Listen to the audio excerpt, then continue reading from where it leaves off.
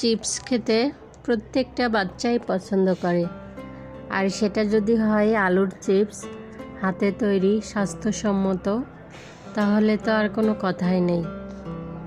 আমরা প্রত্যেকেই যদি বাসায় তৈরি করে এভাবে বাচ্চাদেরকে চিপস খাওয়াই তাহলে কোনো সমস্যা হয় না। বাইরের চিপসে অনেক ধরনের সমস্যা থাকে, বাচ্চারা খেতে চায় না, তারপরে অনেক ধরনের সমস্যা থাকে।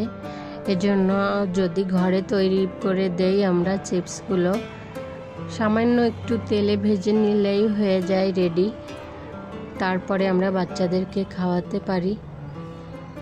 এই চিপসগুলো সকালবেলা উঠেই আমি আর তোরবাবু কেটে একটু লবণ পানিতে ভিজিয়ে রেখেছিলাম, তারপরে পানি বলক করে উঠায়ে পানির ভিতরে ছেড়ে দিয়ে 80% মতো সেদ্ধ হয়েছে, তখন নামিয়ে পানি ঝরিয়ে ফেলেছি।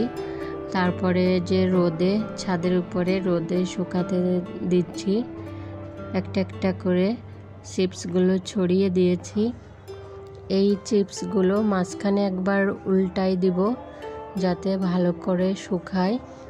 আজকে একটু রোদটা কম আছে, এজন্য বারবার এটা আমার উল্টা দিতে হবে।